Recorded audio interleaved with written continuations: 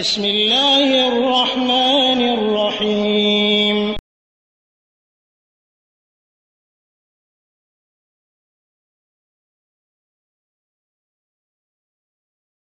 ওয়ালাইকুম আসসালাম রহমতুল্লাহি ওয়া বারাকাতুহু। লাস্টে আছে 1141। ভাইজান, আপনি জানতে চেয়েছেন যে কোনটা সঠিক। অনেকে বলেন যে জান্নাতের চাবি হলো নামাজ, আবার অনেকে বলেন যে জান্নাতের চাবি হলো লা ইলাহা ইল্লাল্লাহ। কোনটা সঠিক এই বিষয়ে আপনি জানতে চেয়েছেন। ওয়াল জাওয়াবু বিল্লাহি তৌফিক। জান্নাতের চাবি নামাজ এই মর্মের হাদিসটি তিরমিজি সহ বিভিন্ন হাদিস গ্রন্থে এসেছে, তবে এর সনদ সহি নয়, দুর্বল হাদিস। সহি হাদিস দ্বারা এটা প্রমাণিত নয়, বরং বিশুদ্ধ হাদিসের দাবি এবং মর্মবাণী এটাই প্রমাণ করে যে কালেমায়ে লা ইলাহা ইল্লাল্লাহ এটাই হলো জান্নাতের চাবি।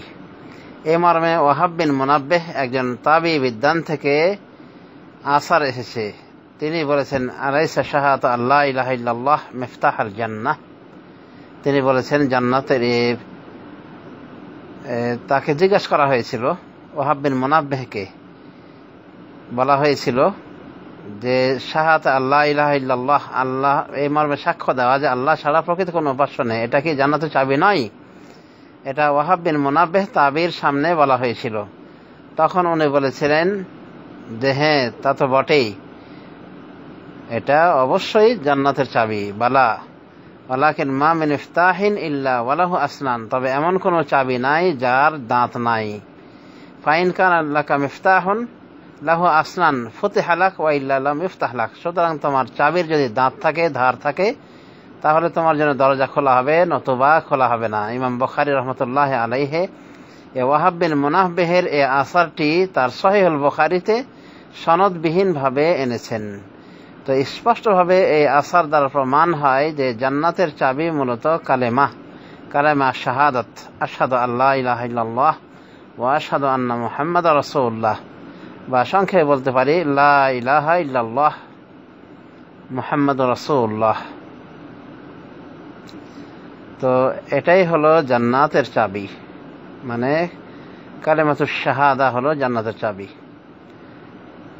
আর এটাই প্রমাণ বহন করে, কারণ একজন ব্যক্তি কালেমা যদি না পাঠ করে তাহলে সে জান্নাতে কখনোই যেতে পারবে না।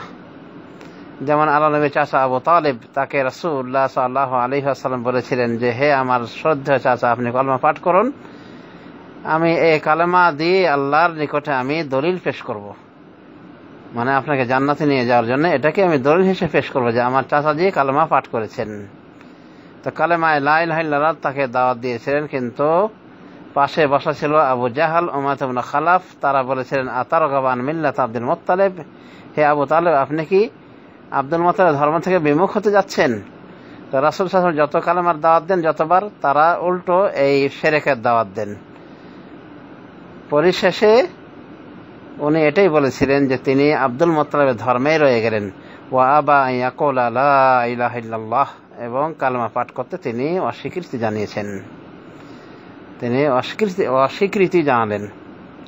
তো কালেমা অস্বীকৃতি জানানোর কারণে তিনি জাহান্নাম থেকে কিন্তু রেহাই পাবেন না, তবে হাদিসে পাওয়া যায় যে তাকে সর্বনিম্ন আযাব দেওয়া হবে। আর সর্বনিম্ন আযাবটা কি? যে তার পায়ে জাহান্নামের জুতা পরানো হবে, যার মাধ্যমে তার দিমাগ, তার অর্থাৎ মগজ, মাথার মগজ ফুটন্ত পানির মতো গলতে থাকবে এই জাহান্নামের উত্তাপে। শুধুমাত্র জাহান্নামের দুটি স্যান্ডেল পরানো হবে এর কারণেই। আর এক বর্ণনা রয়েছে যে তার পায়ের তলে জাহান্নামের আগুনের টুকরো দেওয়া হবে, দুটি টুকরো, যার ফলে তার মগজ বিগলিত হয়ে যাবে, ফুটন্ত পানির মতো গলতে থাকবে। আর বর্ণনা রয়েছে ওই মগজের, ওই ফুটন্ত মগজ ওই পানির জাহান্নামের উত্তাপে, সামান্য ওই কয়লা আঙ্গারের উত্তাপে তার মগজ ফুটতে থাকবে এবং পায়ে তার গড়িয়ে পড়বে। এভাবে বিভিন্ন বর্ণনা পাওয়া যায়। তো এটা কেন হবে? নিম্নমানের আযাব তাকে দেওয়া হবে এজন্য যে উনি রাসূলুল্লাহ সাল্লাল্লাহু আলাইহি ওয়াসাল্লামকে সার্বিক সহায়তা করেছিলেন। তিনি থাকাকালীন মক্কার মুশরিকরা তার গায়ে হাত তোলার সাহস পাননি। শারীরিকভাবে নির্যাতনের শিকার হয়েছেন আবু তালেবের মরণের পর। তো এজন্য তাকে তার যে এত বড় বড় খেদমত, এই জন্য তাকে আল্লাহ রাব্বুল আমিন সর্বনিম্ন আযাব দান করবেন। আর সর্বনিম্ন আযাবটা কি কঠিন? সহজ?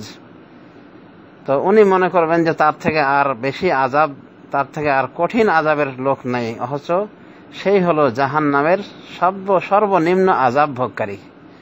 ওয়ালিয়াযু বিল্লাহি মিনান নার। তো যেটা বলতে চেয়েছি যে উনি যদি কলেমাটা পাঠ করতেন তাহলে কিন্তু জান্নাতে চলে যেতেন, পার পেয়ে যেতেন। তো এই যে হাদিস, এই সহিহ হাদিসগুলি বুখারী মুসলিম সহ বিভিন্ন হাদিসের রেফারেন্সে যে আবু তালেবের ঘটনা এসেছে, এগুলি প্রমাণ যে উনি যদি কালেমা পাঠ করতেন জান্নাতে চলে যেতেন।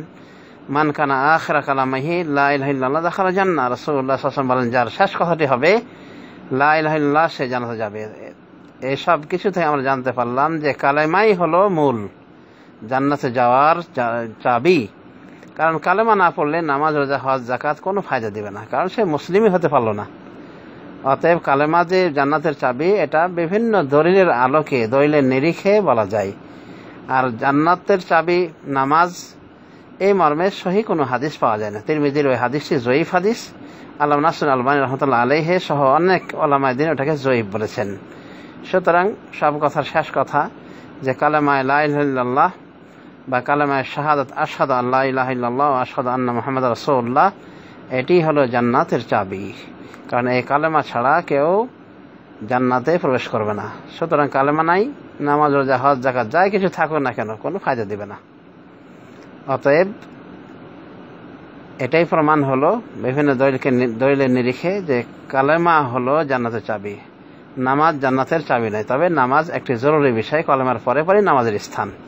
নামাজ না পড়লে যে জাহান্নামে যাওয়া লাগবে, এই মর্মে কোরআনের আয়াত এবং রাসূলুল্লাহ সাল্লাল্লাহু আলাইহি ওয়াসাল্লামের বিভিন্ন হাদিস বিদ্যমান রয়েছে। তবে কলেমার উপরে নামাজ নয়, বরং কলেমার পরে নামাজ। আল্লাহ রাব্বুল আমিন আমাদেরকে সঠিক বোঝার তৌফিক দান করুন। এটা স্পষ্ট ভুল ধারণা, ভুল কথা, গলত কথা যার ছড়াছড়ি রয়েছে যে নামাজ জান্নাতের চাবি। না না, এটা ভুল কথা। বরং নামাজ নয়, বরং কালেমা হলো জান্নাতের চাবি। আল্লাহ রাব্বুল আমিন আমাদেরকে সঠিক বোঝার তৌফিক দান করুন। আর এখানে হাদিসে পাওয়া যায় যে রাসূলুল্লাহ সাল্লাল্লাহু আলাইহি ওয়াসাল্লাম বলেছেন, আস-সুয়ুফু মাফাতিহুল জান্নাহ, মুজাহিদদের তরবারি জান্নাতের চাবি। এটা বলা হয়েছে, হাদিসটিকে আল্লামা নাসিরুদ্দিন আলবানী রাহমাতুল্লাহ আলাইহি সহিহ বলেছেন, বিশুদ্ধ বলেছেন। তো এক কথায় এটা কলেমার পরে, এরপরে এটা কলেমার পরে। মানে কেউ যদি জিহাদ করতে যায়, ধর্মযুদ্ধ করে, কিন্তু মুসলিম হয়নি, লাভ আছে? তারা এটা ধর্মযুদ্ধই হবে না। অতএব সর্ব আমল গ্রহণের পূর্ব শর্ত হলো কালেমা পাঠ করা। সুতরাং কালেমাই হলো জান্নাতে যাওয়ার চাবি, জান্নাতের চাবি, নামাজ নয়। তবে নামাজও জরুরি বিষয়, ফরজ বিষয়, এবং নামাজকে পরিত্যাগকারী যে খাঁটি বেনামাজি তাকে তো কাফের বলা হয়েছে। অনেক ওলামা তাকে কাফের বলেছেন, এমনকি ছাড়া ধরাকারীকেও কাফের বলা হয়েছে। সুতরাং জান্নাতে যাওয়ার জন্য নামাজের প্রয়োজন রয়েছে অবশ্যই, কিন্তু আমরা এইভাবে বলবো না যে নামাজের জান্নাতে যাওয়ার চাবি হলো নামাজ। বরং আমরা বলবো নামাজ জান্নাতে যাওয়ার চাবি হলো কালেমায়ে শাহাদাত, বা কালেমা হলো জান্নাতের চাবি, নামাজ নয়। আল্লাহ রাব্বুল আলামিন আমাদেরকে সঠিক বোঝা তৌফিক দান করুন। আমিন। সাল্লাল্লাহু আলা নবী মুহাম্মদ ওয়া আলা আলিহি ওয়া সাহবিহি আজমাইন। আসসালামু আলাইকুম।